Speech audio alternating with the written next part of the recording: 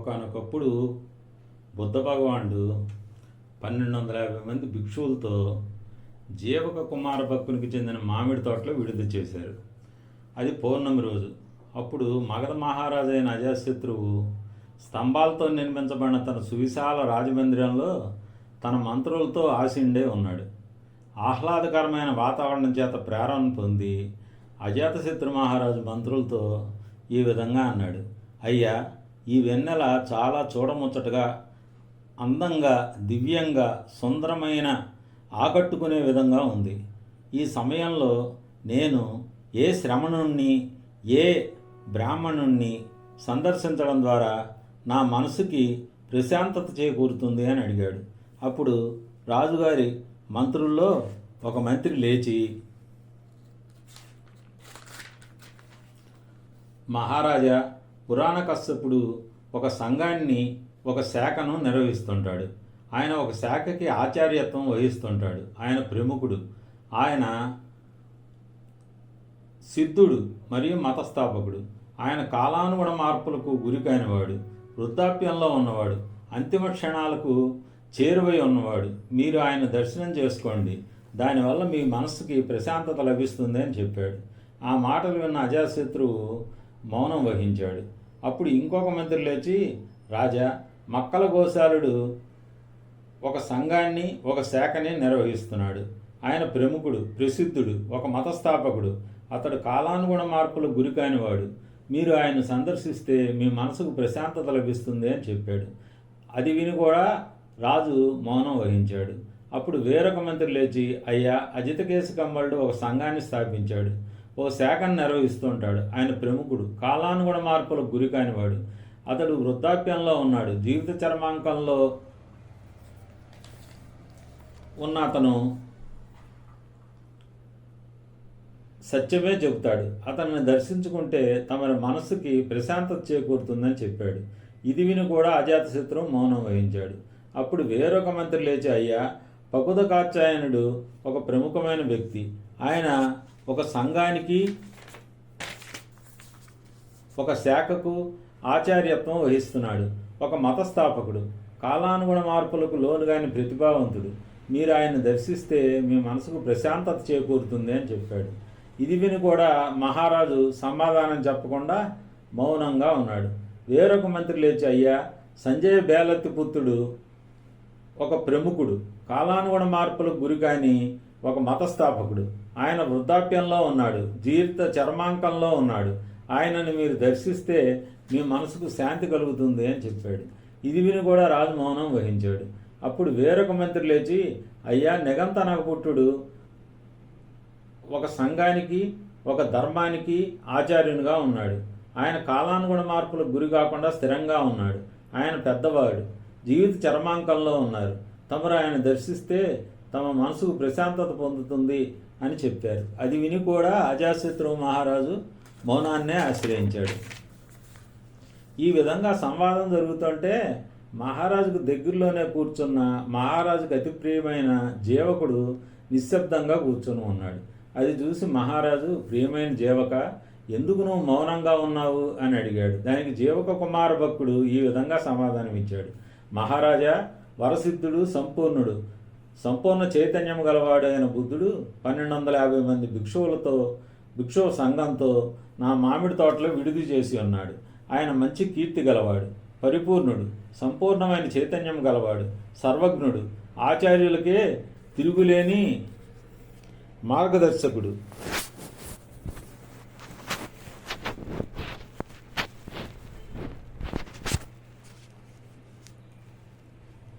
జ్ఞానసిద్ధి గలవాడు, మానవులకు దేవతలకు ఆచార్యుడు, పూర్ణ చైతన్యుడు. ఆయన్ని సందర్శిస్తే మీ మనసుకు శాంతి లభిస్తుంది అని చెప్పాడు. మహారాజు, అయితే జీవక, నా అంబారిని సిద్ధం చేయి అని ఆజ్ఞ ఇచ్చాడు. రాజుగారి ఆజ్ఞ విన్న అనంతరం తక్షణమే జీవకుడు రాజుగారి మదగజాన్ని, దానితో పాటు 500 ఆడి ఏనుగులను సిద్ధం చేశాడు. 500 మంది స్త్రీలు ఆ 500 ఏనుగులను అధిరోహించగా అజాతశత్రువు మహారాజు తన ఏనుగు అంబారీని ఎక్కి పరిచారకులు కాగడాలు పట్టుకుని దారి చూపిస్తుండగా రాజవైభవంతో జీవకుడు మామిడి తోటకు బయలుదేరాడు. ఆయన మామిడి తోట సమీపిస్తున్న కొద్దీ ఎక్కడా అలికిడి లేకపోవడంతో, నిశ్శబ్ద వాతావరణం ఉండడంతో మిక్కిలి భయపడి జీవకుడితో ఇలా అన్నాడు: ప్రియమైన జీవక, నువ్వు నన్ను మోసం చేయట్లేదు కదా, నువ్వు నాకు నమ్మక ద్రోహం చేయట్లేదు కదా, నువ్వు నన్ను కుట్రపూర్తికంగా శత్రువులకు అప్పగించట్లేదు కదా. 1250 మంది భిక్షకులు విడిది చేసిన చోట ఇంత నిశ్శబ్దం ఎలా ఉంటుంది? ఇంతమందిలో ఎవరికి దగ్గు కానీ గొంతు సవరించుకోవడం కానీ కూడా చేయకుండా, ఏ శబ్దం వినపడకుండా ఇంత నిశ్శబ్దంగా ఎలా ఉంది అని అడిగాడు. దానికి జీవకుడు: మహారాజా, భయపడకండి, నేను మిమ్మల్ని మోసగించట్లేదు, మీకు నమ్మక ద్రోహం కూడా చేయట్లేదు, మిమ్మల్ని మీ శత్రువులకు అప్పగించట్లేదు. అవిగో చూడండి, ఆ కనపడే దీపాలు ఆ భిక్షకులు విడిది చేసిన మంటపానివే అని చెప్పాడు. అది విన్న అజాతశత్రువు ప్రశాంతతతో ఏనుగులు వెళ్ళగలిగినంత దూరం అంబారీపై వెళ్ళి అంబారీ దిగి నడుచుకుంటూ మండప ద్వారాన్ని చేరి, జీవక, ఈ మండపంలో బుద్ధుడు ఎక్కడా అని అడిగాడు. మహారాజా, మండప మధ్యస్తంభానికి ఆనుకుని తూర్పు వైపుకు భిక్షకులకు ఎదురుగా కూర్చున్న ఆయనే బుద్ధుడు అని చెప్పాడు. అప్పుడు అజాతశత్రువు బుద్ధుని దగ్గరకు వెళ్ళి ఓ పక్కకు నిలిచి నిశ్చలమైన తటాకంలా నిర్మలంగా ఉన్న ఆ బౌద్ధ భిక్షు సంఘాన్ని చూసి తన్మయత్వం చెంది, నా కుమారుడైన ఉదయబద్ధునికి కూడా ఈ భిక్షక సంఘం అనుభవిస్తున్నటువంటి ప్రశాంతత లభించునుగాక అని మనసులో ఆశపడ్డాడు. మహారాజు తన్మయత్వాన్ని చూసి జీవకుడు: మహారాజా, మీ మనస్సు మీకు ప్రియమైన వారి వైపు మళ్ళినట్టుంది అని అన్నాడు. దానికి మహారాజు: జీవక, నాకు నా పుత్రుడైన ఉదయబద్ధుడంటే మిక్కిలి ప్రేమ వాత్సల్యం. అతనికి కూడా ఈ భిక్షక సంఘానికి లభించినటువంటి ప్రశాంతత లభించాలని నాకు ఆశగా ఉంది అని చెప్పాడు. ఈ విధంగా చెప్పి బుద్ధ భగవానుకు నమస్కరించి భిక్షక సంఘానికి నమస్కరించి ఒక పక్కగా కూర్చుని మహారాజు బుద్ధునితో: అయ్యా, మీరు సమయం కేటాయించగలిగితే నేను మిమ్మల్ని ఒక ప్రశ్న అడగాలని ఉంది అని తన మనసులో మాట చెప్పాడు. దానికి బుద్ధ భగవానుడు సరే అని అన్నాడు. అప్పుడు అజాతశత్రువు: అయ్యా, ఈ సమాజంలో మామటులు, అశ్వకులు, రథచోదకులు, విలుకాండ్రు, ప్రకటన వాహకులు, సైనిక సహాయకులు, వంటలు చేసేవాళ్ళు, వంటలు వడ్డించేవాళ్ళు, యుద్ధవీరులు, సాహసికులు, రొట్టెలు తయారు చేసేవాళ్ళు, క్షురకులు, సైరంధ్రులు, బట్టలు నేసేవాళ్ళు, ఇలా రకరకాల వృత్తులు నిర్వహించేవాళ్ళు ఉన్నారు. వాళ్ళంతా తమ వృత్తుల ఫలసాయాన్ని అందుకొని ఐహికంగా వాళ్ళని వాళ్ళు సంతోషపెట్టుకుంటూ, కుటుంబ సభ్యుల్ని సంతోషపెడుతూ, వారి అవసరాలు తీర్చుతూ సంతోషంతో ఉండడంతో పాటు వారి సంపాదనలో ఎంతో కొంత సాధు సంతలకు, బ్రాహ్మణులకు దాన ధర్మాలు చేసి ఆనందం పొంది స్వర్గప్రాప్తి కొరకు బాటలు వేసుకుంటున్నారు. ఇది మనకు ప్రస్ఫుటంగా కనపడుతుంది.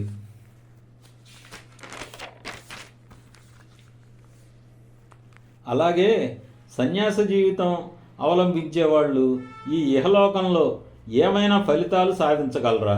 స్వర్గప్రాప్తి కొరకు ఏ విధంగా వాళ్ళు బాటలు వేసుకోగలరు? ఈ విషయం నాకు చెప్పగలరా అని అడిగాడు. దానికి బుద్ధ భగవానుడు: మహారాజా, మీరు ఏమీ అనుకోకపోతే మిమ్మల్ని ఒక ప్రశ్న అడుగుతాను అన్నాడు. మీరు ఈ ప్రశ్నను అది వరకు ఎవరినైనా, ఏ శ్రమణులనైనా, ఏ బ్రాహ్మణులనైనా అడిగారా? అడిగితే వాళ్ళు ఏం చెప్పారు అన్నది చెప్పగలరా అని అడిగాడు. దానికి మహారాజు: అయ్యా, మీ వంటి వరగ్రహీతలు పరిపూర్ణులైన వారి ముందు చెప్పడానికి నాకు ఏ సమస్య లేదు అని ఈ విధంగా చెప్పాడు. అయ్యా, నేను ఒకసారి కశ్యప మహర్షి వద్దకు వెళ్ళాను. ఆయనకు నమస్కరించి ఆయన సన్నిధిలో ఒకవైపు కూర్చుని కుశల ప్రశ్నల అనంతరం పై ప్రశ్న అడిగాను. దానికి ఆయన ఈ విధంగా చెప్పారు: మహారాజా, ఒక మనిషి తన క్రియల ద్వారా వేరొకరిని శిక్షించిన, అవయవహీనుణ్ణి చేసిన, చిత్రహింసలు పెట్టిన, బాధించిన, భయభ్రాంతులకు గురి చేసిన, లేక ఇతరులను పై క్రియలకు ప్రోత్సహించిన వాళ్ళు ఏమీ తప్పు చేసినట్లు కాదు, ఏ చెడు ఫలితం రాదు. ఒక మనిషి వేరొక మనిషిని చంపిన, సంపద దొంగిలించిన, ఇళ్లలోకి చొరబడిన, నిర్మానుష్యమైన ఇళ్లలో దొంగతనాలు చేసిన, రహదారి దోపిడీలు చేసిన, వ్యభిచరించిన వాళ్ళు ఏమి తప్పు చేసినట్లు కాదు. నువ్వు ఈ ప్రపంచంలో జీవరాశులన్నింటినీ ఖండాలుగా నరికి ఒక మాంసపు కుప్పగా వేసిన ఏమీ చెడు కాదు, ఎటువంటి చెడు ఫలితాలు రావు. మీరు గంగానది దక్షిణ ఒడ్డున దండెత్తి మనుషులను చంపుకుంటూ అవయవహీనులను చేస్తూ చిత్రహింసలు పెట్టుకుంటూ వెళ్ళినా, లేక ఇతరులను పై పనులకు ప్రేరేపించినా ఏమీ చెడు ఫలితాలు రావు. అలా కాకుండా ఉత్తర ఒడ్డున ప్రయాణిస్తూ దాన ధర్మాలు అర్పణలు చేస్తూ సాగినా, లేక ఇతరులను దాన ధర్మాలు అర్పణలు చేయడానికి ప్రేరేపిస్తూ సాగినా అవేమీ మీకు ఉత్తమ క్రియలు కావు. వాటి వల్ల ఏమీ ఉత్తమ ఫలితాలు రావు. దాన ధర్మాలు చేయటం, ఆత్మనిగ్రహం సాధించటం ఏమీ ఉత్తమమైన క్రియలు కాదు. అవి ఉత్తమ ఫలితాలు అందించవు. ఈ విధంగా పురాణ కశ్యపుడు మామిడి పండు గురించి అడిగితే జామ పండు గురించి చెప్పినట్టుగా తన నిష్క్రియా సిద్ధాంతాన్ని గురించి చెప్పాడు. నా రాజ్యంలో ఉన్న ఒక ఋషిని, బ్రాహ్మణుణ్ణి, శ్రమణుణ్ణి నేను మందలించగలను అనే ఊహ కూడా నాకు లేదు. అందువలన నేను ఆయన చెప్పిన సమాధానం నచ్చనప్పటికీ, అసంతృప్తి కలిగినప్పటికీ నా అసంతృప్తిని వ్యక్తపరచకుండా అక్కడి నుంచి వెందిరిగి వచ్చాను. అయ్యా, నేను మరి ఒకసారి ప్రసిద్ధుడైన మక్కల గోశాలుని దర్శించాను. వారికి నమస్కరించి కుశల ప్రశ్నల అనంతరం వారిని పై ప్రశ్నను అడిగాను. దానికి ఆయన, మహారాజా, విచక్షణ బుద్ధిజీవులైన మానవుల జీవితాలు దుర్నీతిమయం అవడానికి ఏవీ కారణాలు లేవు, ఏ నిబంధనలు లేవు. ఒక మనిషి పవిత్రంగా జీవించడానికి కూడా ఏమీ కారణాలు నిబంధనలు లేవు. ఏ కారణాలు నిబంధనలు లేకుండానే మానవులు పవిత్రులుగా జీవిస్తారు, అపవిత్రులు కూడా అవుతారు. మానవునికి స్వేచ్ఛా సంకల్పం చేసే శక్తి లేదు. మానవులు విధి చేతిలో కీలు బొమ్మలు. వారికి స్వయం సంకల్ప శక్తి లేదు. అలా అని ఇతరుల ఇష్ట ప్రకారం సంకల్పం చేసి జీవించే శక్తి కూడా వారికి లేదు. మనుషుల శక్తి, పరాక్రమం అన్నీ ఉత్తమాటలు. బుద్ధిజీవులు, అన్ని జీవరాశులు, ఆత్మలు ఏవి ఆత్మనిగ్రహాన్ని కలిగి ఉండవు. జీవరాశులన్నీ విధి చేతిలో కీలబొమ్మలు. ప్రకృతిలోని పరిస్థితుల ప్రభావాల వల్ల కారణాలు నిబంధనలు లేకుండా సుఖదుఖాలు వస్తూ ఉంటాయి. 6 రకాలైన పునర్జన్మలలో జీవులు సుఖాన్ని, దుఃఖాన్ని అనుభవిస్తాయి. ఈ విధమైన జ్ఞానాన్ని పెంపొందించుకోవడం వల్ల, ఈ విధమైన క్రియలు ఆచరించడం వల్ల, ఈ విధంగా శరీరాన్ని శుష్కింపజేయడం వల్ల, ఈ విధంగా ఆధ్యాత్మిక జీవితం గడపడం వల్ల ఫలించని కర్మలు పరిపూర్ణంగా మారతాయని, చెడు కర్మలు ఫలితం తగ్గించుకోవచ్చని మనం చెప్పలేము. అలా జరగదు. ఉత్తమమైన వాడైనా అధముడైన వాడైనా 6 పునర్జన్మల చక్రంలో తిరగాల్సిందే. బంధించబడ్డవాడే. ఈ పునర్జన్మల చక్రానంతరం మనిషి దుఃఖానికి ముగింపు లభిస్తుంది అని ఈ విధంగా తన విధివాదం, నిర్ణయవాదం వివరించాడు. ఈ విధంగా మామిడి పండు గురించి అడిగినప్పుడు జామ పండు గురించి చెప్పినట్టుగా ఆయన సిద్ధాంతాలు వివరించాడు. నేను నా రాజ్యంలో ఉన్న ఏ శ్రమణుణ్ణి, బ్రాహ్మణుణ్ణి మందలించగలను అనే ఊహ కూడా చేయలేను కనుక నాకు అసంతృప్తి ఉన్నది వ్యక్తపరచకుండా నేను వెనుతిరిగాను. ఒకసారి నేను అజిత కేశకంబల నుండి దర్శించాను. ఆయనకు నమస్కరించి కుశల ప్రశ్నలు వేశాక పై ప్రశ్నను అడిగాను. దానికి ఆయన, మహారాజా, దాన ధర్మాలు చేయటంలో, అర్పణలు చేయడంలో, బలి అర్పించడంలో అర్థం లేదు. చెడు కర్మలకు, సత్కర్మలకు వేటికి ఫలితాలు ఉండవు. మాతాపితృలకు రుణం అనేది శుష్కం. ఏ బ్రాహ్మణుడు, ఏ సన్యాసి, ఎంత తపస్వి సాధన చేసిన వాడైనా మానవుని జన్మాంతర స్థితిని గ్రహించి చెప్పలేరు. ఈ విధంగా మామిడి పండు గురించి అడిగితే జామ పండు గురించి చెప్పినట్టుగా అజిత కేశకంబళుడు తన విచ్ఛిన్నవాదాన్ని వివరించాడు. నా రాజ్యంలో ఉన్న ఏ శ్రమణుణ్ణి, సన్యాసిని మందలించే ఊహ కూడా నేను చేయలేను. అందువలన ఆయన సమాధానానికి సంతృప్తి చెందనప్పటికీ నా అసంతృప్తి వ్యక్తపరచకుండా అక్కడి నుంచి వెనుదిరిగాను. అయ్యా, మరొక సమయంలో నేను పకుద కాక్కాయన్ని దర్శించాను. వారికి నమస్కరించి ఓ పక్కగా కూర్చుని కుశల ప్రశ్నల అనంతరం వారిని పై ప్రశ్న అడిగాను. దానికి ఆయన, మహారాజా, ఈ సృష్టిలో ప్రతీదీ భూమి, నీరు, అగ్ని, గాలి, సుఖం, దుఃఖం మరియు ఆత్మ అని 7 పదార్థాల వల్ల ఏర్పడ్డాయి. ఈ 7 పదార్థాలు తయారు చేయబడలేదు. దేని నుంచి పుట్టింపబడలేదు, సృష్టింపబడలేదు. అవి సృష్టికర్త లేక, పునరుత్పత్తి లేక, నిటారుగా పర్వత శిఖరంలా, ఒక స్తంభంలా ఉండి అవి క్షీణత లేనివై, కదలిక క్షీణత లేనివై ఉన్నాయి. ఒకదాన్నొకటి నిలువరింపజాలనవై ఉన్నాయి. అవి ఒకదాన్నొకటి సంతోషాన్ని, దుఃఖాన్ని, యథాతథ స్థితికి కలిగించజాలనవై ఉన్నాయి. కనుక ఇక్కడ ఒకరిని చంపగలిగేవాడు కానీ చంపడానికి ప్రోత్సహించేవాడు కానీ లేడు. ఇక్కడ జ్ఞానాన్ని సంపార్జించేవాడు కానీ జ్ఞానబోధ చేసేవాడు కానీ లేడు. విషయాలను గ్రహించేవాడు కానీ గ్రహింపజేసేవాడు కానీ లేడు. నువ్వు ఒక ఖడ్గంతో ఎవరి తలనైనా ఖండించినప్పుడు నువ్వు అతన్ని చంపట్లేదు. నీ కత్తి కేవలం పైన పేర్కొనబడ్డ 7 మూలకాల మధ్య ఉన్న సందు నుంచి మాత్రమే పోతోంది అని పగుత కాచాయండి నేను అడిగిన ప్రశ్నకు సంబంధం లేని సమాధానం తన అనునిర్మాణ సిద్ధాంతాన్ని చెప్పి మామిడి పండు గురించి అడిగితే జామ పండు గురించి చెప్పినట్టుగా వివరణ ఇచ్చాడు. అయ్యా, తర్వాత నేను నిగంత నటపుత్తుని సన్నిధికి వెళ్ళి ఆయనకు నమస్కరించి ఓ పక్కన కూర్చుని కుశల ప్రశ్నలు అయిన తర్వాత వారిని పై విధంగా అడిగాను. దానికి నిగంత నటపుట్టుడు, ఎవరైతే చాతుర్యావ ధర్మాన్ని పాటిస్తాడో అతన్ని పరిశీలించండి. అతను చాతుర్యామ ధర్మాన్ని ఎలా పాటించగలుగుతాడు? అతడు నీటిచే నియంత్రింపబడ్డప్పుడు, అతడు నీటి కోసం శ్రమించేటప్పుడు, నీటి నుండి విముక్తి చేసుకున్నప్పుడు, శరీరం అంతా నీటితో నింపబడ్డప్పుడు మాత్రమే చాతుర్యామ ధర్మాన్ని పాటించగలుగుతాడు. ఈ విధంగా చాతుర్యామ ధర్మాన్ని పాటించి ఒక జైనుడు బంధ విముక్తుడు అవుతాడు.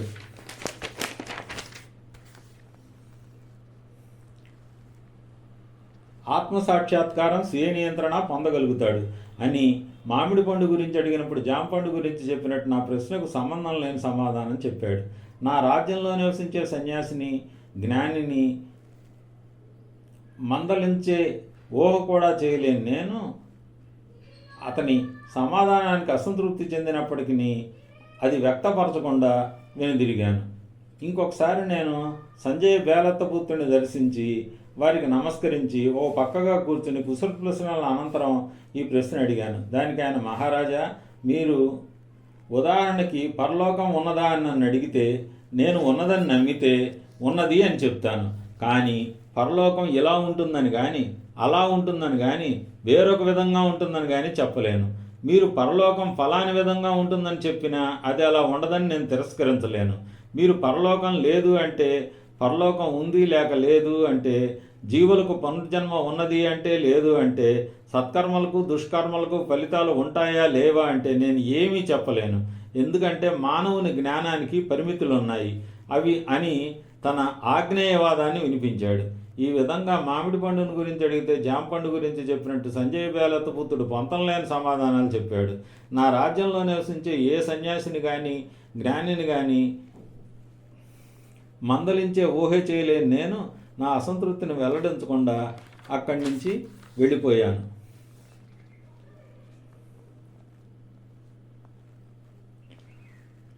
అని ఇదంతా చెప్పి మహారాజు బుద్ధ భగవానునితో, అయ్యా, ఇప్పుడు తమరు నా ప్రశ్నకు సమాధానం చెప్పగలరా అని అడిగాడు. దానికి బుద్ధ భగవానుడు, మహారాజా, మీ ప్రశ్నకు నేను సమాధానం చెప్తాను. నేను సమాధానం చెబుతూ కొన్ని విషయాలు అడుగుతాను, దానికి మీరు నచ్చిన సమాధానం చెప్పాలి అన్నాడు. దానికి మహారాజు ఒప్పుకున్నాడు. అప్పుడు బుద్ధుడు, మహారాజా, మీ బానిస సేవకుడు ఒకటి గురించి ఆలోచిద్దాం. అతడు మీకంటే ముందు నిద్రలేస్తాడు, తన విధులు కొనసాగిస్తాడు. మీరు నిద్రించిన తర్వాత నిద్రిస్తాడు. అతడు మీతో మర్యాదపూర్వకంగా వినమ్రంగా ప్రవర్తిస్తాడు. అతడు ఒకరోజు సత్కర్మలు ఆశ్చర్యకరమైన ఫలితాలు ఇస్తాయి. నేను మహారాజు అజాతశత్రువు ఇద్దరు మానవ మాత్రమే అయినప్పటికీ ఆయనకు పంచేంద్రియాలకు ఉద్దీపనలు కలిగి దైవ సమానమైనట్టు జరుగుతున్నాయి. నేను బానిస సేవకుడిగా ఉన్నాను. ఆయన కంటే ముందు లేచి ఆలస్యంగా నిద్రిస్తున్నా. ఆయన వద్ద తలదించుకుని మర్యాదతో వినమ్రతతో ప్రవర్తిస్తున్నా. నేను కూడా సత్కర్మలు చేయాలి. నేను కూడా నా జుత్తు గడ్డం తీయించి కాషాయ వస్త్రాలు ధరించి గృహస్థాశ్రమం నుంచి సన్యాసంలోకి వెడితే బాగుంటుందేమో అని ఆలోచించి కొంతకాలం పిమ్మట అతను ఒక నిర్ణయం తీసుకుని ఆ విధంగా సన్యసించి శారీరక మానసిక నియంత్రణతో కేవలం వస్త్రాలు, ఆహారం ఈ రెండింటిని మాత్రమే స్వీకరిస్తూ మిగిలిన వాటినన్నింటినీ పరిత్యజించి అందులోనే ఆనందిస్తూ భిక్షుక జీవనం గడుపుతూ ఉన్నప్పుడు మీ పరిచారకులు ఎవరైనా అది గమనించినప్పుడు ఆ విషయాన్ని మీకు తెలియజేస్తే మీరు ఆ పరిచారకులతో అతన్ని నా ముందుకు తీసుకురండి, అతను మళ్ళీ నా బానిసగా పనివాడిగా ఉండాలని అని అనగలుగుతారా అని అడిగాడు. దానికి మహారాజు, అయ్యా నేను అలా అనను. ఇంకా వారు వస్తే నమస్కరించి వారిని నా ఆతిథ్యం స్వీకరించమని ప్రార్థించి వస్త్రాలు ఆహారం ఇచ్చి నివేశన ప్రదేశాన్ని కల్పించి వారికి ఆశ్రయం ఇస్తాను. అవసరమైతే మందులు కూడా వారికి ఇస్తాను అని చెప్పాడు. ఇప్పుడు చెప్పండి మహారాజా, ఇది వారి సన్యాస జీవితం వలన పొందిన సత్ఫలితం కాదా అని అడిగాడు.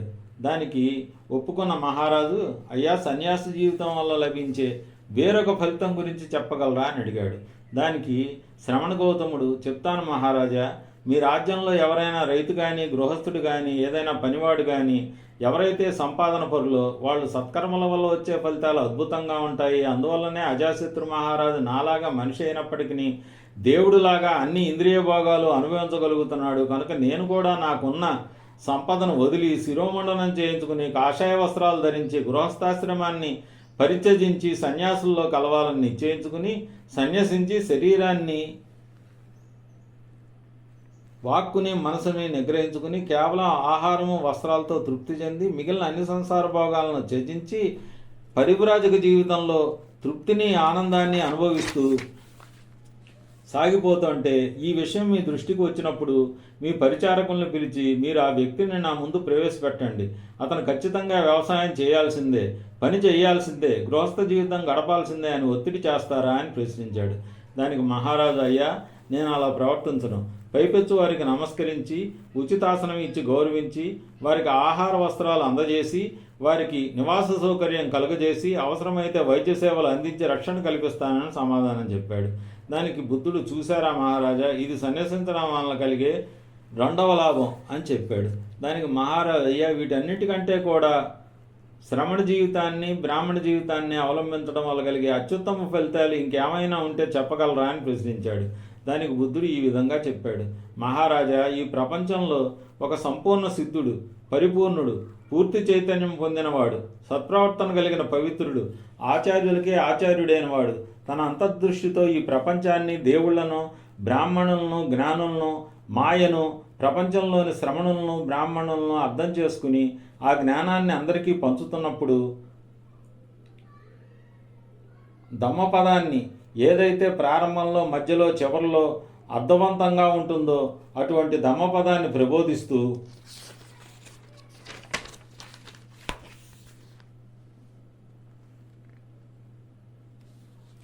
ఆయన ఒక పరిపూర్ణమైన పరిశుద్ధమైన ఆధ్యాత్మిక ప్రక్రియను బోధిస్తున్నప్పుడు ఒక గృహస్థుడు కానీ ఒక గృహస్థుని బిడ్డ కానీ ఏదైనా ఇతర ఆధ్యాత్మిక మార్గాన్ని అనుసరిస్తున్న వాళ్ళు కానీ ఆ బోధనలు విని ఆ సిద్ధపురుషుని యందు నమ్మకం ఉంచి గృహస్థాశ్రమం చాలా ఇరుకుగా ఉంటుంది, బంధాలతో కూడి ఉంటుంది. సన్యాస జీవితం, పరివ్రాజక జీవితం విశాలంగా ఉంటుంది. గృహస్థాశ్రమంలో పూర్ణవంతమైన పరిశుద్ధమైన జీవితం గడపడం చాలా కష్టం, పులిగడిగిన ముత్యంలాగా ఉండడం కష్టం అనుకుని శిరోమండనం చేయించుకుని కాషాయ వస్త్రాలు ధరించి పరివ్రాజక జీవనంలోకి వెళితే ఎలా ఉంటుంది అనుకుని కొంత ఆలోచన పిదప గృహస్థాశ్రమం వీడి సన్యాసం స్వీకరించి తనకున్న సంపదను త్యజించి సన్యాసంలోకి వెళితే వారు సన్యసించగానే నియంత్రణ కలిగిన మఠ జీవితాన్ని గడుపుతూ తగిన చోట మాత్రమే భిక్ష స్వీకరిస్తూ చిన్న దుష్కర్మలనే ప్రమాదకరంగా భావిస్తూ నియమానుసారంగా జీవిస్తారు. వారు వారి శరీరాన్ని, మనసుని, శారీరక మానసిక క్రియలు నైపుణ్యంతో కూడి ఉంటాయి. వారు ఇంద్రియాలను నిగ్రహించగలుగుతారు, పరిస్థితుల పట్ల జాగరూకత కలిగి సంతృప్తితో జీవిస్తారు. వారు జీవహింసకు పాల్పడరు, కత్తిని కర్రను త్యజించి వారు దయతో కరుణతో జీవిస్తారు. వారు దొంగతనం వదిలివేస్తారు, వారికి ఇవ్వబడిన దాన్నే స్వీకరిస్తారు, వారిది కాని దానికి ఆశపడరు. వారు సౌశీల్యత పాటిస్తారు. వారు బ్రహ్మచారులే జీవిస్తూ లైంగిక తప్పిదాలకు దూరంగా ఉంటారు. వారు అబద్ధం ఆడరు, సత్యాన్నే పలుకుతారు, దానికే కట్టుబడి ఉంటారు. వారు నమ్మకంగా నమ్మదగిన వారిగా ఉంటారు. వారు మనుషులను మాటలతో మాయ చేయరు. వారు విభజన ప్రసంగాలు చేయరు. ఇక్కడివి అక్కడ, అక్కడివి ఎక్కడా చెప్పి మనుషుల మధ్య వివాదాలు కల్పించరు. వారు విడిపోయిన మనుషులను కలుపుతారు. వారు ఎల్లప్పుడూ అనుగ్రహ భాషణనే చేస్తారు. నెమ్మదిగా, ప్రేమగా, ఆమోదయోగ్యంగా మాట్లాడతారు. వారు పనికిరాని సంభాషణలు చేయరు. సందర్భోచితంగా, అర్థవంతంగా, సత్యవంతంగా మాట్లాడతారు. వారితో సంభాషణ క్లుప్తంగా లాభసాటిగా ఉంటుంది. వారు మొక్కలను విత్తనాలను నాశనం చేయరు. రోజులో ఒకసారే భోజనం చేస్తారు. వారు తినడంలో సంయమనం సమయపాలన పాటిస్తారు. తీసుకోకూడని సమయాల్లో ఆహారం తీసుకోరు. వారు కృత్రిమ ఉత్తేజాల కోసం పరితపించరు. నాట్య వినోదం, గాన వినోదం మొదలైన వాటిని అలంకరించుకోవడం, సువాసనా ద్రవ్యాలను వినియోగించడం ఇలాంటి వాటిలో శ్రద్ధ చూపించరు. ఇతరుల నుంచి డబ్బు బంగారం స్వీకరించరు. వారు ఇతరుల నుండి మాంసం, స్త్రీలు, ఆడపిల్లలు, స్త్రీ పురుష బానిసలు, మేకలు, గొర్రెలు, కోళ్ళు, పందులు, ఆవులు, గుర్రాలు, భూములు, వ్యవసాయ క్షేత్రాలు స్వీకరించరు. వారు వార్తాహరులుగా వ్యవహరించడం, లాభాలకు కొని అమ్మే పని చేయడం, దొంగ కొలతలు తయారు చేయడం, అవినీతికి ఉపకరించడం, మోసం చేయడం ఇటువంటి పనులకు పాల్పడరు.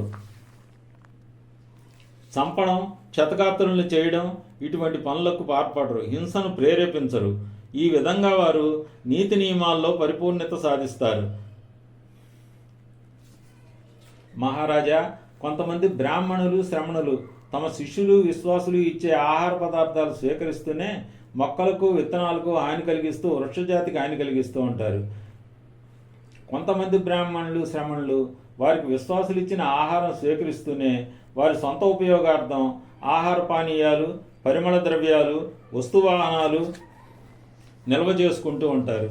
కొంతమంది శ్రవణులు, బ్రాహ్మణులు తమకు విశ్వాసంతో అందిస్తున్న ఆహారం స్వీకరిస్తూనే నృత్య వాయిద్యాలు, కథలు, తప్పెట్లు, సొంగ వాయిద్యాలు, ఏనుగు పోరాటాలు, ఎద్దుల పొటేళ్ల యుద్ధాలు, ముష్టి యుద్ధాలు, మల్ల యుద్ధాలు మొదలైన కృత్రిమ ఉత్తేజాలకు లోనవుతారు. కొంతమంది బ్రాహ్మణులు, శ్రమణులు విశ్వాసులు ఇస్తున్న ఆహారం స్వీకరిస్తూనే అశ్రద్ధను కలుగజేసే జోదానికి దాసులవుతారు. వాళ్ళు చెక్క బల్లలపై ఆడే ఆటలు, గూటీ బిళ్ళలు, తొక్కుడు బిళ్ళలు, పుల్లాటలు, గవ్వలు, పాచికలు, పదాలు ఊహించడం, ఇతరుల మనసు తెలుసుకోవడం మొదలైన అశ్రద్ధను కలుగజేసే జోద క్రీడలకు దాసులవుతారు. కొంతమంది బ్రాహ్మణులు, శ్రమణులు విశ్వాసులు ఇచ్చే ఆహారాన్ని స్వీకరిస్తూనే ఖరీదైన ఆసనాలు, పరుపులు, మంచాలు, రంగుపూసలతో అల్లబడిన దుప్పట్లు, నేయబడ్డ తివాచీలు, జంతు చర్మాలతో, జింక చర్మాలతో చేయబడ్డ తివాచీలు వాడుతూ సుఖలోలురై ప్రవర్తిస్తారు. కొంతమంది బ్రాహ్మణులు, శ్రమణులు విశ్వాసులు ఇచ్చే ఆహారాన్ని స్వీకరిస్తూనే అలంకరణ మీద శ్రద్ధ చూపిస్తారు. పూలదండలు ధరించడం, పరిమళ ద్రవ్యాలు వాడడం, మర్దనం చేయించుకోవడం, సుగంధ స్నానాలు, రకరకాల పూతలు, కంకణాలు, ముఖ ఉద్దీపనాలు, రకరకాల చేతికర్రలు, శిరో అలంకరణలు, గొడుగులు, రత్నాభరణాలు మొదలైనవి వాడుకుంటూ సుఖలోలులై ఉంటారు. కొంతమంది బ్రాహ్మణులు, శ్రమణులు విశ్వాసులిచ్చే ఆహార పదార్థాలు స్వీకరిస్తూనే వ్యర్థ సంభాషణలు చేస్తూ ఉంటారు. రాజుల గురించి, రాణుల గురించి, సైన్యాల గురించి, దేశాల గురించి, స్త్రీల గురించి, యుద్ధవీరుల గురించి రకరకాల వ్యర్థ సంభాషణలు చేస్తారు. కొంతమంది బ్రాహ్మణులు, శ్రమణులు విశ్వాసులు ఇచ్చిన ఆహార పదార్థాలు స్వీకరిస్తూనే వ్యర్థ తర్కాలకు పాల్పడుతూ ఉంటారు. నీకు ఈ బోధ అర్థం కావట్లేదు, నాకు ఈ బోధ అర్థమైంది, నా సాధన సరైంది, నీ సాధన సరైంది కాదు, నీ సాధన ఆమోదయోగ్యమైంది కాదు, నా సాధన ఆమోదయోగ్యమైంది అని వ్యర్థ తర్కాలతో సమయాన్ని వృధా చేస్తారు. కొంతమంది బ్రాహ్మణులు, శ్రమణులు విశ్వాసులు ఇచ్చిన ఆహారం స్వీకరిస్తూనే లోక సంబంధమైన పనులు, ప్రవచనాలు చేస్తూ ఉంటారు. ఏలికల, మంత్రుల, కులీనుల పనులకు హాజరవుతారు.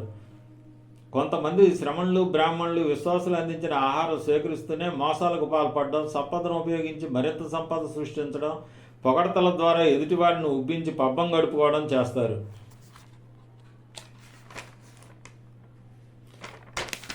కొంతమంది బ్రాహ్మణులు, శ్రమణులు తమ విశ్వాసులు ఇచ్చిన ఆహారాన్ని స్వీకరిస్తూనే వ్యర్థ విషయ పరిజ్ఞానం ద్వారా అక్రమంగా జీవనోపాధి కల్పించుకుంటారు. హస్త సాముద్రికం, శకునాలు, కళలకి అర్థం చెప్పడం, గ్రహస్థితులు చెప్పడం, అగ్నిహోత్రాలు చేయడం, బియ్యం, నెయ్యి, నూనె మొదలైన హవిష్యులు సమర్పించడం మొదలైన వ్యర్థమైన పనుల ద్వారా అక్రమ జీవనోపాధి కల్పించుకుంటారు. రత్నాలపై గల మచ్చలు, వస్త్రాల గురించి, కత్తుల గురించి, పిల్లల ఒంటిలపై మచ్చల గురించి, బలిశాస్త్రము, తాబేళ్లు, కుందేళ్లు, జింకలు మొదలైన ప్రాణాలను గురించి చెప్తూ జీవనోపాధి సంపాదించుకుంటారు.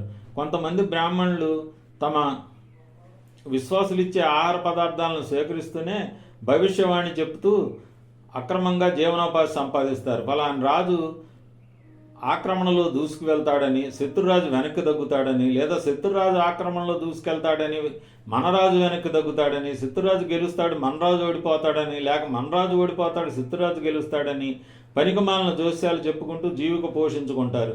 మరికొందరు బ్రాహ్మణులు, శ్రమణులు సూర్యచంద్రగ్రహణాలు, వాటి ఫలితాలు, నక్షత్రాలు రాలిపోవడాలు, భయంకరమైన ఆకాశం గురించి,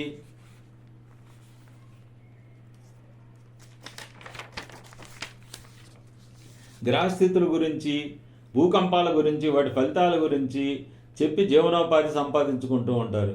మరి కొంతమంది శ్రమణులు, బ్రాహ్మణులు తమ విశ్వాసులిచ్చే ఆహార పదార్థాలను స్వీకరిస్తూనే వాతావరణ పరిస్థితుల గురించి, వర్షపాతం గురించి, కరువు గురించి, అంతరిక్ష శాస్త్రం గురించి పనికిమాలిన జ్ఞానాన్ని ఉపయోగించి చెప్పి జీవనోపాధిని సంపాదిస్తారు. మరి కొంతమంది బ్రాహ్మణులు, శ్రమణులు వివాహ ఏర్పాట్లు, విడాకులు మొదలైన కార్యక్రమాలు జరిపించడం, అదృష్ట దురదృష్ట శకునాలు చెప్పడం, ఇలాంటి పనుల వల్ల జీవనోపాధి స్వీకరిస్తూ ఉంటారు. మరికొంతమంది బ్రాహ్మణులు, శ్రమణులు తమ విశ్వాసులు అందజేసే ఆహారాన్ని స్వీకరిస్తూనే దేవతల ప్రీతి కోసం కర్మకాండలు చేయడం, కోరికలు తీరడానికి క్రతువులు చేయించడం, దయ్యాలను వెళ్ళగొట్టడం, మంత్రాలు వేయడం, శుద్ధి కార్యక్రమాలు చేయడం, ఇలాంటి వ్యర్థమైన జ్ఞాన సముపార్జనతో అక్రమంగా జీవిక పొందుతారు. ఒక భిక్షువు పై విధంగా వ్యర్థమైన జ్ఞాన విభాగాలకు, అక్రమ జీవనోపాధికి దూరంగా ఉండి పరిపూర్ణమైన నీతి సంపన్నుడై స్వీయ నియంత్రణతో ఎటువంటి ఆటంకం లేకుండా ఉండగలుగుతాడు.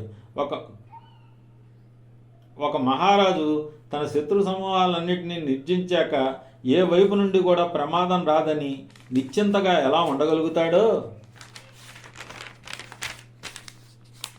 అదేవిధంగా ఒక భిక్షువు నీతిమంతుడై ఏ వైపు నుంచి తన నీతి నియమాలకు ప్రమాదం లేకుండా ఉంటాడు. ఎప్పుడైతే వారు పరిపూర్ణ నీతిమంతులు అవుతారో వారు అనంతమైన పరిపూర్ణమైన ఆనందాన్ని అంతర్గతంగా పొందుతారు. ఈ విధంగా భిక్షువు నీతి నియమాలతో సిద్ధి పొందుతాడు. ఒక పవిత్రమైన భిక్షువు ఒక దృశ్యాన్ని తలికించినప్పుడు దృశ్యేంద్రియాలను నియంత్రించుకోకపోతే నిపుణత లేని కోరికలు, వ్యతిరేకతలు మనసును నింపేస్తాయి. అందువలన వాళ్ళు దృశ్యేంద్రియాలని నియంత్రణలో ఉంచుకుంటారు. అదేవిధంగా చెవులతో శబ్దాన్ని విన్నప్పుడు, ముక్కుతో వాసనని ఆగ్రాణించినప్పుడు, నాలుకతో ఏదైనా రుచి చూచినప్పుడు, శరీరానికి ఏదైనా స్పర్శ చవి చూసినప్పుడు, మనసులో ఏదైనా ఆలోచన ఉత్పన్నమైనప్పుడు భిక్షువులు వాటి వివరాలు, లక్షణాలలో చిక్కుకోరు. మానసిక నియంత్రణ లేనప్పుడు చెడు మరియు నిపుణత లేని కోరికలు, ఏహ్యతలు మనసును నింపేస్తాయి. అందువలన వారు మానసిక నియంత్రణ సాధన చేసి నియంత్రణ సాధిస్తారు. ఈ విధంగా ఇంద్రియాలపై నియంత్రణ సాధించి వారు అవధులు లేని అంతర్గత ఆనందాన్ని అనుభవిస్తారు. ఒక భిక్షువు బయలుదేరేటప్పుడు, వెనక్కి వచ్చేటప్పుడు, పైకి చూసేటప్పుడు, పక్కకు చూసేటప్పుడు, వంగినప్పుడు, చేతులు కాళ్ళు చాపేటప్పుడు, వస్త్రధారణ చేసేటప్పుడు, భుజిస్తున్నప్పుడు, నములుతున్నప్పుడు, విసర్జిస్తున్నప్పుడు, నడుస్తున్నప్పుడు, మాట్లాడుతున్నప్పుడు ఏ విధమైనటువంటి తీర్పులు చేయక పరిస్థితిని గమనించడం ద్వారా తీర్పు లేని వైఖరిని పెంపొందించుకుంటారు. ఒక భిక్షువు ఒళ్ళు కప్పుకోవడానికి, దుస్తులతో పొట్ట నింపుకోవడానికి,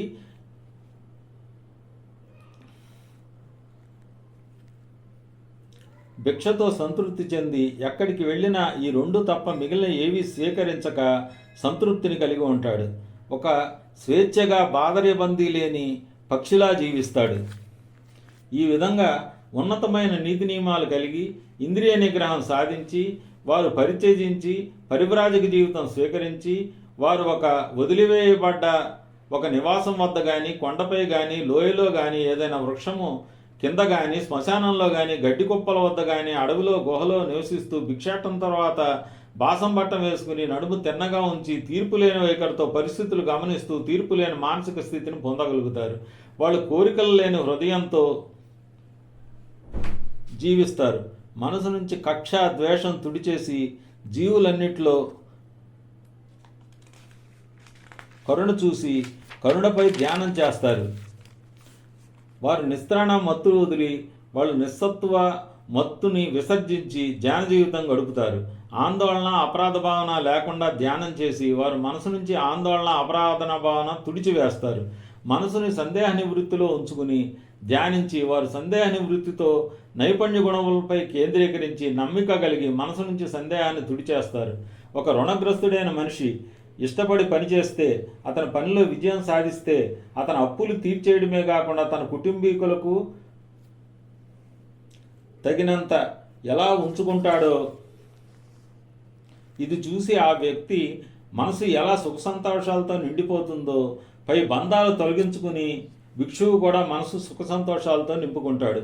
బాగా జబ్బుపడిన మనిషి తన ఆకలి కూడా కోల్పోయి బలహీనపడి కొంతకాలం తర్వాత తన ఆరోగ్యాన్ని తిరిగి పొందినప్పుడు, తిరిగి తన ఆహారం తీసుకోగల శక్తిని పొందినప్పుడు ఎలా సంతోషిస్తాడో భిక్షువు కూడా అలా సంతోషిస్తాడు. ఎవరైనా ఒక బందికానాలో బంధించబడి కొంతకాలం తర్వాత క్షేమంగా మంచి ఆరోగ్యంతో ఏ విధమైన ధననష్టానికి గురి కాకుండా విడుదల చేయబడితే అతను ఎలా సంతోషంగా ఆనందంతో నింపబడతాడో అలా పై బంధకాలు వదిలించుకున్న భిక్షువు ఆనందంతో సంతోషంతో నింపబడి ఉంటాడు.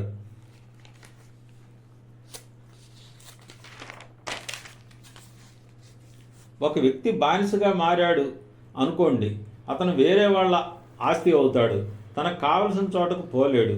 ఆ తర్వాత కొద్ది కాలానికి అతను బానిసత్వం నుంచి విడుదల చేయబడితే ఆ ఆలోచన అతని మనసును సంతోషంలో ఆనందంలో నింపేస్తుంది. ఒక ధనికుడైన ఆస్తిపరుడు ఒక ప్రమాదకరమైన ఎడారి మార్గం కూడా ప్రయాణిస్తున్నాడు అనుకోండి. అక్కడ తినడానికి కూడా ఏమీ దొరకని మార్గం అనుకోండి. అతను ఆ విధంగా ప్రయాణిస్తూ కొంతకాలం తర్వాత ప్రమాదం లేని ఆహార పదార్థాలు దొరికే తోటలోకి ప్రవేశిస్తే ఎలా ఆనందిస్తాడో, అతని మనసు ఆనందంలో సంతోషంలో ఎలా నిండిపోతుందో, అలాగా పై ప్రతిబంధకాలు మనసు నుంచి వదిలించుకుంటే ఈ 5 ప్రతిబంధకాలు వదిలించుకున్న మనసుతో భిక్షువు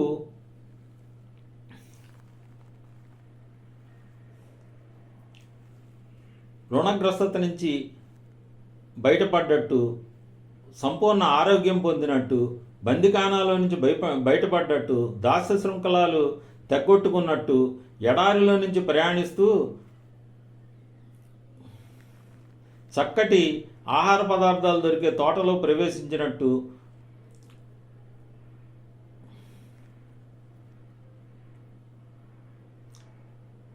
భావించి చక్కగా తన మనసులో ఆనందాన్ని ఉల్లాసాన్ని నింపుకుంటాడు. ఈ 5 ప్రతిబంధకాలు వదిలిపెట్టినప్పుడు భిక్షుల్లో ఆనందం ఉప్పొంగుతుంది. ఈ ఆనందంతో ఉల్లాసం ఉప్పొంగుతుంది. ఈ విధంగా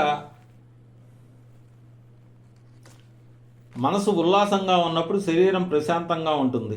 శరీరం ప్రశాంతంగా ఉన్నప్పుడు మనసు బ్రహ్మానందం పొందుతుంది. మనసు బ్రహ్మానందం పొందినప్పుడు మనసు ధ్యానంలో నిమగ్నమవుతుంది. ఇంద్రియ సుఖాలు త్యజించి, నిపుణత లేని క్రియలు త్యజించి భిక్షువులు పూర్తి ఉల్లాసంతో పరిచయించడం వల్ల కలిగే అలౌకిక ఆనందంలో మనసుని అనుసంధానం చేసి భిక్షువులు ప్రథమ ధ్యానంలోకి ప్రవేశిస్తారు. వారి శరీరం ఉల్లాసంతో పరిచయించడం వలన కలిగే అలౌకిక ఆనందంతో తడిసి మునిగి నిండిపోతుంది. ఈ ఉల్లాసం, అలౌకిక ఆనందం శరీరం అంతా వ్యాపిస్తుంది. శరీరంలో ఏ భాగం కూడా ఆ ఉల్లాసాన్ని, ఆనందాన్ని నింపుకోకుండా ఉండజాలదు. ఒక స్నానశాల పనివాడు ఇత్తడి పాత్రలో స్నానానికి ఉపయోగించే పొడి వేసి దాన్ని కొద్ది కొద్దిగా తడుపుతూ అది పూర్తిగా చెమ్మతో నిండి ఉన్నప్పుడు ఎట్లా అయితే ఉంటుందో, అందులో నుంచి చెమ్మ ఎట్లా అయితే బయటికి ఉబకదో, అదేవిధంగా ఒక భిక్షువు ఉల్లాసంతో పరిచయించడం వల్ల కలిగే అలౌకిక ఆనందంతో తడిసి మునిగి నిండి వారి శరీరం నిండా వ్యాపిస్తుంది. ఈ ఉల్లాసం, అలౌకిక ఆనందం వ్యాపించని శరీర భాగం ఉండదు. మహారాజా, ఈ ప్రథమ ధ్యానంలో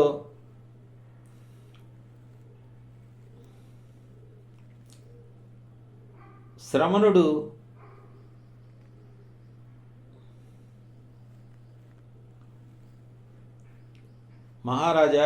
ఈ ప్రథమ ధ్యానంలోకి ప్రవేశించడం శ్రమణుడి జీవితంలో లభించే అన్ని ఫలితాల కన్నా వచ్చే ఉత్తమ ఫలితం. ఈ విధంగా మనసు లగ్నం చేయటం, దాన్ని అనుసంధానం చేయడం కొంత సాధన తరువాత నిలిపివేయబడి భిక్షువు 2వ ధ్యాన స్థితిలోకి ప్రవేశిస్తాడు. ఉల్లాసంతో ధ్యానంలో నింపబడ్డ అలౌకిక ఆనందంతో తడిసి మునిగి ఆ అలౌకిక ఆనందం శరీరమంతా నింపబడి అది శరీరంలో ప్రతి భాగానికి వ్యాప్తి చెందుతుంది. ఇది శ్రమణ జీవనం అవలంబించడం వలన జీవితంలో లభించే పై చెప్పిన ఫలితాల కన్నా లభించే ఉత్తమ ఫలితం. పైన చెప్పిన ఉల్లాసం క్రమంగా కలిసిపోయి భిక్షువు మూడవ ధ్యాన స్థితిలోకి ప్రవేశిస్తాడు. ఈ స్థితిలో భిక్షువు సమతుల్యతతో, తీర్పు లేని అవగాహనతో ధ్యానంలో ఉంటాడు. ఉల్లాసం లేని అలౌకిక ఆనందంలో అతని శరీరం అంతా నిండి ఉంటుంది. ఇది కూడా శ్రమణ జీవితం వల్ల ఈ జీవితంలో కలిగే ఒక ఉత్తమ ఫలితం. దీని తర్వాత సుఖదుఖాలను, ఆనంద విషాదాలను త్యజించి భిక్షువు 4వ ధ్యాన స్థితిలోకి ప్రవేశించి అందులో సుఖదుఖాలకు అతీతంగా స్వచ్ఛమైన సమతుల్యమైన స్థితిలో పూర్తిగా తీర్పు లేని వైఖరితో ఉంటాడు. పవిత్రంగా, కాంతిమంతంగా, దోషరహితంగా, అవినీతిరహితంగా, స్థిరంగా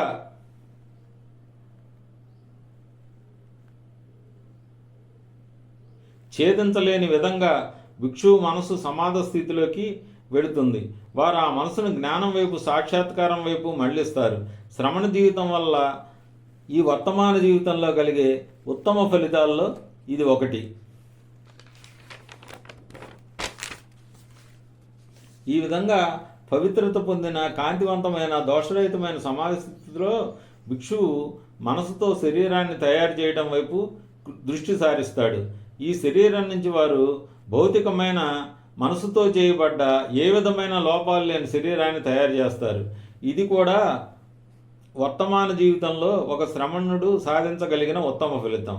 ఈ విధంగా పవిత్రమైన, కాంతివంతమైన, దోషరహితమైన, ఛేదింపజాలని స్థిరమైన సమాధి స్థితిని అతీంద్రియ శక్తుల వైపు మళ్లిస్తారు. దాని ద్వారా అతీంద్రియ శక్తులు సాధిస్తారు. ఒక్కడు పెక్కుమందిగా, మరలా పెక్కుమంది ఒక్కడిగా ఈ విధంగా మారగలుగుతారు.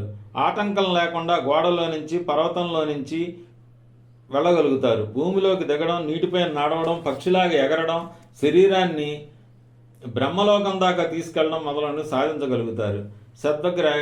పై సమాధి స్థితిని దివ్య దృష్టి వైపు మళ్లించి భిక్షువు మానవులు, దేవతలు మాటలు వినగలిగే శక్తిని పొందుతారు. పై సమాధి స్థితిని ఇతరుల మనసులను చదివే ప్రక్రియ వైపు నడిపించి మనసులను చదవగలుగుతారు. దురాశతో కూడిన మనసు, దురాశ లేని మనసు, విశాలమైన మనసు, ఇరుకు మనసు, భ్రాంతి చెందిన మనసు, విడుదలైన మనసు, విడుదల లేని మనసు, వీటిని వీళ్ళు కనుగొనగలుగుతారు.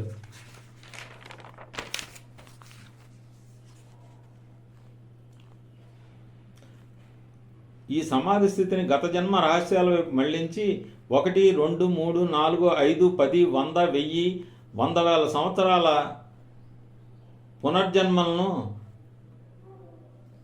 ప్రపంచం కుదించుకుపోయిన యుగాల సంగతులను, ప్రపంచం వ్యాపించిన యుగాల సంగతులను వీరు తెలుసుకోగలుగుతారు. ఈ సమాధ స్థితిని జీవుల జన్మ, మరణం, పునర్జన్మ వైపు సంధించి వారు జీవులు చనిపోవడం, పునర్జన్మ పొందడం, ఉత్తమమైన, అధమైన జన్మలు పొందడం తెలుసుకోగలుగుతారు. ఈ సమాధి స్థితిని అపవిత్రత వైపు మళ్లించి వారు ఇది దుఃఖానికి కారణం, ఇది దాని పుట్టుకు కారణం, దుఃఖం ఇక్కడ నశిస్తుంది, ఈ సాధన వల్ల దుఃఖాన్ని నశింపజేయచ్చు అన్నది అవగాహన చేసుకుంటారు. ఇవి అపవిత్రతలు, కాలుష్యాలు, ఇవి అపవిత్రత పుట్టుకు కారణం, ఇది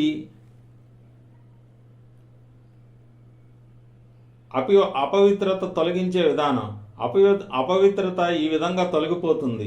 ఈ సాధన వల్ల అపవిత్రతను తొలగించుకోవచ్చు. ఈ విధమైన భావాన్ని అలవర్చుకోవడం వలన ఇంద్రియ కల్మషాలను, ఇంద్రియ క్రియల్లోని దోషాలను, అజ్ఞానాన్ని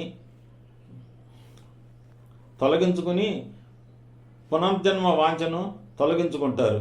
ఈ విధంగా బంధ విముక్తులైనప్పుడు వారు బంధ విముక్తులై ఇంక పునర్జన్మ నశించి వారి ఆధ్యాత్మిక ప్రయాణం పూర్తయిందని, ఏమి జరగాలో అది మొత్తం జరిగిపోయిందని, ఇక ఏ స్థితి తిరిగి రాదని తెలుసుకుంటారు. శ్రమణ జీవనం వల్ల కలిగే ఉత్తమ ఫలితాల్లో దీని అంత ఉత్తమ ఫలితం లేదు అని చెప్పాడు. దానికి మహారాజు, అయ్యా అద్భుతం మీ బోధన, బోర్లా పడిన వాడిని సరిగ్గా తిప్పినట్టు, సత్యాన్ని వెలుగులోకి తెచ్చినట్టు, దారి తప్పిన వాడికి దారి చూపించినట్టు, చీకటిలో దీపం వెలిగించి మనుషులకు పరిసరాల్లో ఏమున్నాయో చూసేటట్లు చేసినట్లు, అద్భుతంగా ఉన్నాయి మీ బోధనలు. అనేక విధాలుగా ఈ బోధనలు మీరు స్పష్టం చేశారు. నేను బుద్ధ భగవానునికి, ఆయన బోధనలకు, ఆయన భిక్షుక సంఘానికి శరణాగతుడిని. ఈ రోజు నుంచి నన్ను బుద్ధ భగవానుడు వారిని అనుసరించే ఒక గృహస్థుడిగా స్వీకరించుగాక అని ప్రార్థించి, అయ్యా, నేను ఒక మూర్ఖమైన, తెలివి తక్కువ అయినా నైపుణ్యం లేని పని చేశాను. రాజ్యాధికారం కోసం నీతి నియమాలు కలిగిన నా తండ్రిని చంపాను. అయ్యా, దయవుంచి నా తప్పును తప్పుగా మన్నించండి. నేను భవిష్యత్తులో నన్ను నేను నియంత్రించుకుంటాను అని ప్రార్థించాడు. దానికి బుద్ధ భగవానుడు, మహారాజా, నువ్వు తప్పు చేశావు. మూర్ఖతతో, తెలివి తక్కువగా, నిపుణత లేకుండా రాజ్యాధికారం కోసం నీ తండ్రిని నీతి నియమాలతో కూడిన న్యాయమైన పరిపాలన చేసేటటువంటి నీ తండ్రి ప్రాణం తీసావు. కానీ నువ్వు నీ తప్పుని తప్పుగా గుర్తెరిగి భవిష్యత్తులో స్వీయ నియంత్రణ మార్గాన్ని ఎంచుకుని సరైన దిశలో ప్రయాణిస్తున్నావు అని చెప్పాడు. అప్పుడు మహారాజు, అయ్యా, నేను ఇంక వెడతాను, నాకు సెలవు ఇవ్వండి, నేను నెరవేర్చవలసిన అనేక కర్తవ్యాలు ఉన్నాయని చెప్పాడు. దానికి బుద్ధ భగవానుడు అంగీకరించాడు. అప్పుడు మహారాజు బుద్ధుని బోధనలు ఒప్పుకుని అంగీకరించి తన ఆసనం నుంచి లేచి గౌరవంగా ప్రదర్శన చేసి కుడివైపు నుంచి వెళ్ళిపోయాడు. తదనంతరం భిక్షకులతో బుద్ధుడు, భిక్షకులారా, ఈ మహారాజు హృదయ వికలమై చెడిపోయి ఉన్నాడు. ఆయన